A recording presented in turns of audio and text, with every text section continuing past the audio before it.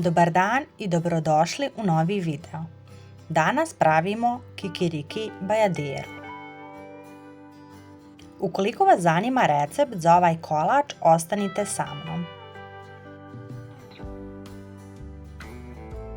U jednu šerpu dodajte 200 ml vode i 200 g šećera.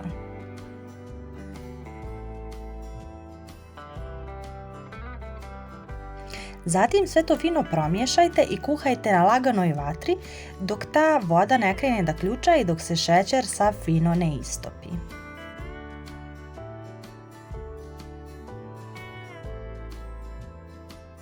Kada se šećer skroz istopio, sklonite šerpu sa šporeta i dodate 75 g isjeckanog margarina.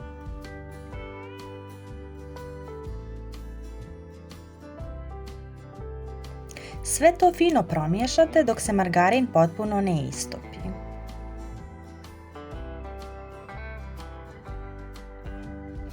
Kada je margarin potpuno istopljen, dodate 200 g nasjeckanog kikirikija.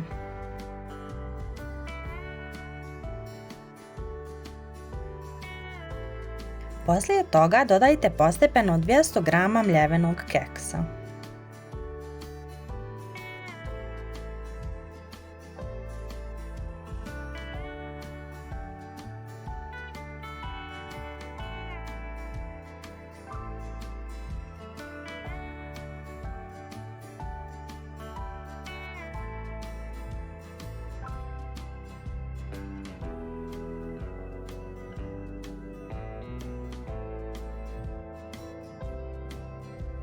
Dobijenu smjesu podijelite na dva jednaka dijela. U jedan dio dodajte 80 g narendane crne čokolade.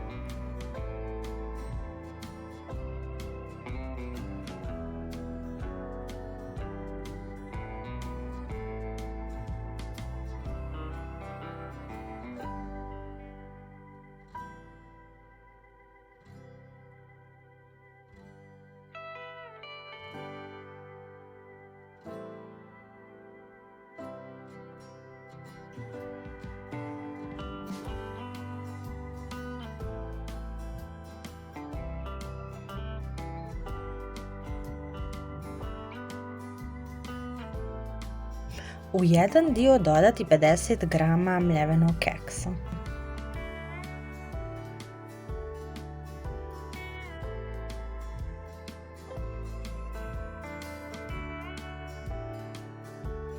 Dno pleha stavite papir za pečenje, pa prvo stavite ovaj tamni fil. Ja sam koristila veći pleh, tako da sam stavila na polovinu ovog pleha, a vi kako želite. Zatim istopite 100 g bijele čokolade.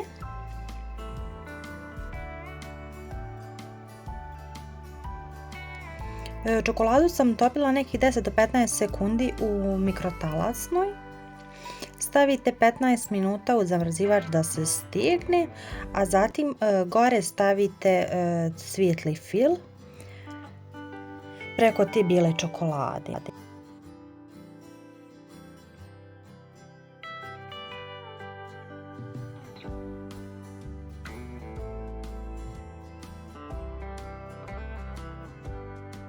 Na kraju još preko bajadere prelijete istopljenu crnu čokoladu kao glazuru.